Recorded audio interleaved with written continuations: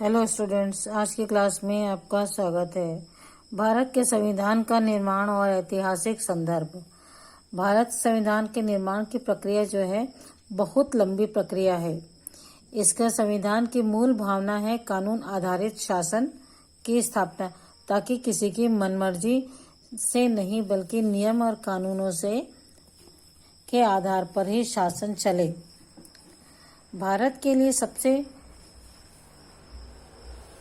पहले इस तरह का कानून 1772 और 73 में ब्रिटेन की संसद ने पारित किया था, जिसे रेगुलेटिंग एक्ट कहते हैं। तब भारत के कई प्रांतों पर इंग्लिश ईस्ट इंडिया कंपनी का शासन की स्थापित हो चुका था। इसने ईस्ट इंडिया कंपनी भारत के शासन कैसे करेगी और ब्रिटिश संसद के प्रति कैसे उत्तरदायी होगी आदि बातों का विवरण था। 19वीं सदी के अंत में भारतीयों को नगर निगम आदि के चुनाव के द्वारा सीमित भूमिका दी गई थी और 1885 से स्वतंत्रता आंदोलन में लगातार यह मांग उठाई गई कि शासन में भारतीयों की भूमिका बढ़ाई जाए। इसके चलते प्रशासन ने भारतीयों की भूमिका आबादी को बहुत सीमित अंश को प्रतिनिधित्व चुनने का अधिकार भी दिया था। फिर भी सभी अंतिम शक्तियां जो थी वह अधिकार अंग्रेजों के और वायसराय के हाथों में थे। प्रथम विश्व युद्ध के बाद विश्व भर में उठी लोकतांत्रिक लहर के प्रभाव से भारतीयों ने भी सार्वभौमिक मताधिकार के आधार पर पूरी तरह चुनी गई व लोगों के प्रति उत्तरदायी सरकार की मांग की थी। 19वीं शताब्दी में जब अंग्रेजों के अंत तक जब भारत में स्वतंत्रता आंदोलन की लहर तेजी से चली, उस समय भारत के नेताओं ने भी अंग्रेजी शासन में भारत की भूमिका का प्रतिनिधित्व करने के लिए मांग की गई, परंतु अंग्रेजों ने इस मांग को बहुत सीमित अर्थों में स्वीकार किया। इसके साथ ही उन्हें अधिकार तो दिए गए, लेकिन अंतिम अधिकार जो था वायसराय या गवर्नर जनरल के हाथ में ही था।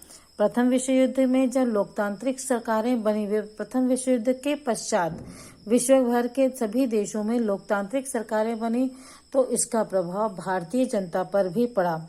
तो वहां उस समय भी हमारे नेताओं ने पूर्ण लोक मताधिकार पर आधार पर पूरी तरह से चुनी हुई लोगों के प्रति उत्तरदायी सरकार की मांग करनी शुरू की।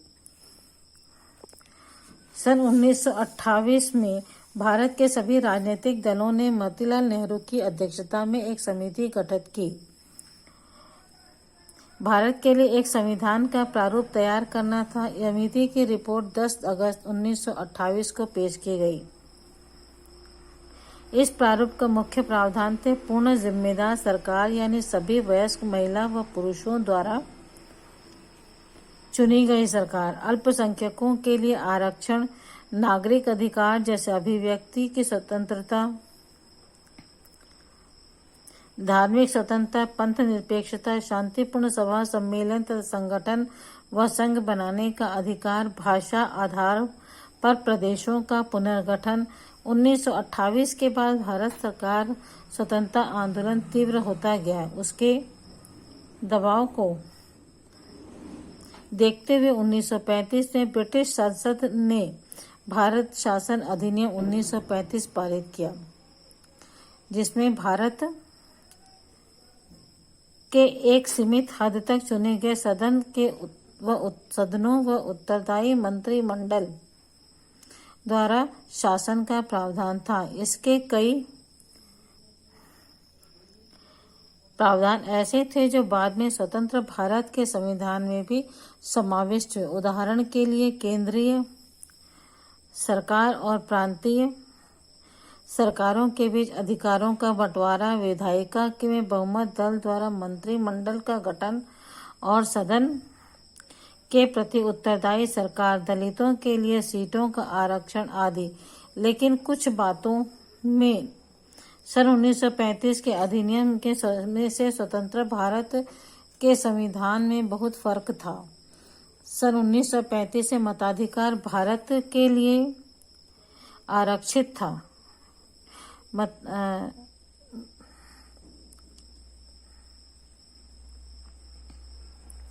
मताधिकार भारत की बहुत सीमित आबादी केवल 10% को ही प्राप्त था। कुछ सीटें केवल विशेष धर्म के लोगों के लिए ही आरक्षित थी। यहाँ केवल उस धर्म के लोगों जैसे मुसलमान, सिख, ईसाई ही वोट डाल सकते थे।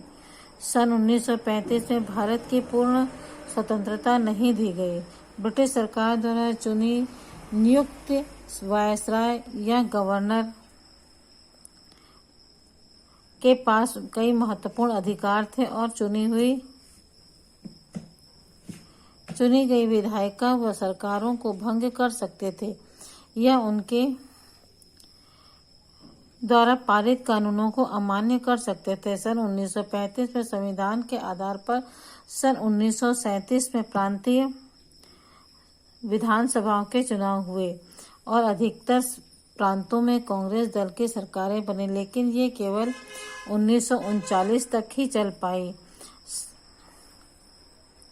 सन 1942 में भारत छोड़ो आंदोलन तेज हुआ और जनसामान्य में आक्रोश से स्पष्ट हो गया कि अंग्रेजी राज अधिक दिन नहीं चल सकता है। 1928 में सभी राजनीतिक दलों ने मोतीलाल नेहरू की अध्यक्षता में एक समिति गठित की और भारत के लिए एक संविधान का प्रारूप तैयार करने का निश्चय किया। सरकार यानी समिति की रिपोर्ट 10 अगस्त को आ गई और इस रिपोर्ट में कहा गया कि इस प्रारूप के अनुसार मुख्य प्रावधान थे पूर्ण जिम्मेदारी वाली सरकार बनेगी। सभी वयस्क महिला और पुरुषों को समान अधिकार वोट डालने का अधिकार दिया जाएगा और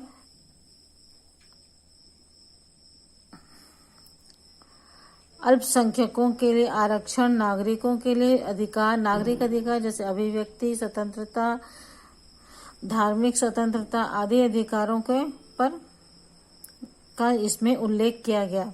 और एक महत्वपूर्ण उल्लेख था कि भाषा पर आधारित प्रदेशों का पुनर्गठन। 1928 के बाद भारत में स्वतंत्रता आंदोलन और अधिक तेज हो गया। उसके दबाव को देखते हुए 1935 में ब्रिटेन की संसद ने भारत शासन अधिनियम 1935 पारित किया, जिससे भारत को एक सीमित हद तक चुने हुए सदनों के उत्तरदायी मंत्रिमंडलों का शासन का प्रावधान किया गया था।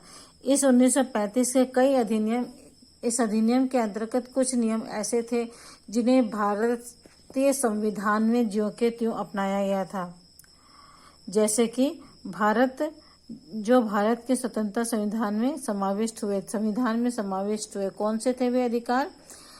केंद्रीय सरकार और प्रांतीय सरकारों के बीच अधिकारों का बंटवारा, विधायिका में बहुमत दल का मंत्रिमंडल का गठन और सदन के प्रति उत्तरदायी, दलितों के लिए सीटों का आरक्षण, ऐसे कुछ नियम थे इस कानून के अंतर्गत 1935 के अधिनियम के अंतर्गत, जो कि भारतीय संविधान में भी स्वीकार किए गए थे। 1935 में चुनाव हुए, लेकिन ये चुनाव जो है अधिक समय तक नहीं चल पाए, क्योंकि 1939 में द्वितीय विश्व युद्ध शुरू हो गया और जो कि 1942 तक चला। और 1942 में भारत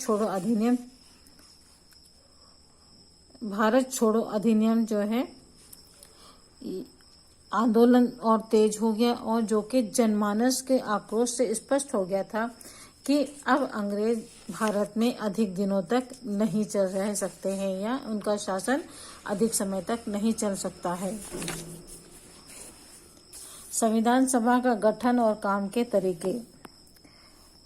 द्वितीय विश्व युद्ध की समाप्ति के बाद 1946 में ब्रिटिश सरकार के लॉर्ड लॉरेंस की अध्यक्षता में एक समिति भारत आई। समिति यह पता करने आई कि स्वतंत्र भारत की शासन व्यवस्था कैसी होगी और नए संविधान का प्रारूप कैसा होगा।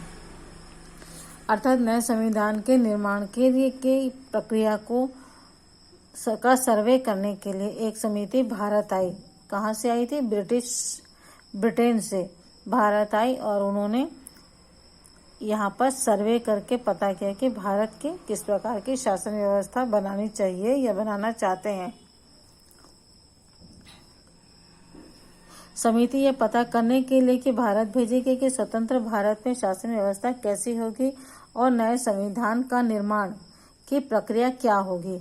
एक प्रबल सुझाव यह था कि सभी वयस्कों के मताधिकार के द्वारा संविधान सभा का गठन किया जाए, लेकिन बहुत से लोगों का कहना था कि इसमें समय अधिक लगेगा और संविधान सभा का गठन को टाला नहीं जा सकता है। समिति के ने व्यापक विचार विमर्श करके सुझाव दिया कि 1935 के नियम के द्वारा जो सरकार चुनी गई थी, प्रांतीय विधानसभाओं का उपयोग निर्वाचक मंडल के रूप में किया जाए,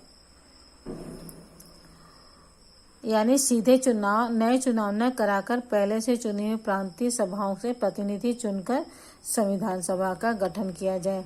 संविधान सभा का गठन करने के लिए ब्रिटेन से एक समिति आई, जिन्होंने यहाँ सर्वे किया कि भारत के शासन किस प्रकार का होना चाहिए और संविधान का निर्माण कैसे किया जाए। तो सभी की इच्छा थी कि एक नए चुनाव करवाया जाए और उसे जो संविधान सभा का गठन किया जाए, किंतु नए चुनाव कराने के लिए समय बहुत अधिक लगता और संविधान बनाने की प्रक्रिया को टाला नहीं जा सकता था।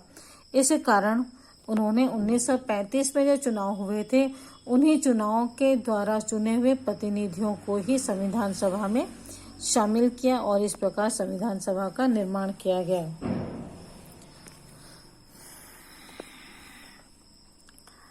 प्रति 10 लाख की जनसंख्या पर एक प्रतिनिधि प्रांतों के विधानसभाओं द्वारा चुना गया था। इसमें 11 प्रांतों से 292 प्रतिनिधि थे। रजवाड़ों ने 93 और दिल्ली, अजमेर, मारवाड़, कुर्ग और बलूचिस्तान के संभाग से एक प्रतिनिधि सहित सभा में के लिए कुल 389 सदस्य अप्रत्यक्ष मतदान प्रणाली के द्वारा जुलाई 1946 में चुन लिए गए। प्रत्येक 10 लाख के पीछे एक प्रतिनिधि चुना गया। प्रत्येक 10 लाख के पीछे एक प्रतिनिधि चुना गया। इस प्रकार 11 प्रांतों में से 292 सदस्य चुन के आए। इसके अलावा रजवाड़ों से 93 और अजमेर, दिल्ली, मारवाड़, कुर्ग, बलूचिस्तान संभाग से एक प्रतिनिधि का चयन किया गया। इस प्रकार अप्रत्यक्ष रूप से संविधान सभा का गठन हुआ, जिसमें कुल 389 सदस्य थे। इस बीच देश में बंटवारे से संबंधित बातचीत भी चल रही थी और बहुत से क्षेत्रों में सांप्रदायिक झगड़े व तनाव बना हुआ था। जब संविधान सभा की प्रथम बैठक 9 दिसंबर 1946 को हुई, तब यह स्पष्ट नहीं था कि भारत एक रहेगा या बन जाएगा। क्या भारत अनेक रजवाड़े भारत में सम्मिलित होंगे या स्वतंत्र राज्य बनाएंगे। ऐसे माहौल में भारत का संविधान सभा की बैठकें शुरू हुई, लेकिन इस पूरे दौर में संविधान निर्माण का कार्य चलता रहा। 11 दिसंबर 1946 को डॉक्टर राजेंद्र प्रसाद संविधान सभा के स्थायी अध्यक्ष चुन लिए गए। संविधान निर्माण का कार्य पूर्ण करने के लिए समितियों का गठन किया गया, जैसे संघ संविधान समिति, प्रांतीय संविधान समिति, अल्पसंख्यक और मूलाधिकार समिति, झंडा समिति आदि। अनेक प्रकार की समितियों का गठन किया गया, जिसके द्वारा संविधान का निर्माण की प्रक्रिया को पूरा किया गया। फरवरी 1947 में जाकर यह तय हुआ कि भारत का बंटवारा होगा और भारत तथा पाकिस्तान दो अलग देश बनेंगे। इस बीच भारत और पाकिस्तान के बीच भारत के बंटवारे की भी बात चल रही थी। जब संविधान सभा का गठन किया गया उस समय भारत के बंटवारे की भी बात चल रही थी, लेकिन यह तय नहीं था कि बंटवारा होगा या नहीं होगा या किस प्रकार होगा। ये बातचीत चलते रही और इस बीच संविधान सभा का भी कार्य संविधान सभा भी अपना कार्य करते रहे और डॉक्टर राजेंद्र प्रसाद को 1946 में संविधान सभा का स्थायी अध्यक्ष चुन लिया गया और अलग अलग समितियों का निर्माण किया गया, जिसके द्वारा संविधान का निर्माण की चर्चाएं पूरे की जा सके। जैसे झंडा समिति, प्रांतीय संविधान समिति, संघ समिति आदि का गठन किया गया और संविधान का निर्माण शुरू हो गया। फरवरी 1947 में जाकर यह स्पष्ट हुआ कि भारत का बंटवारा किया जाएगा और भारत दो राष्ट्रों में बंट जाएगा। भारत और पाकिस्तान दो अलग देश बनेंगे। ठीक है बच्चों, इस वीडियो में इतना ही। अगले वीडियो में इसके आगे देखते हैं। Okay, bye.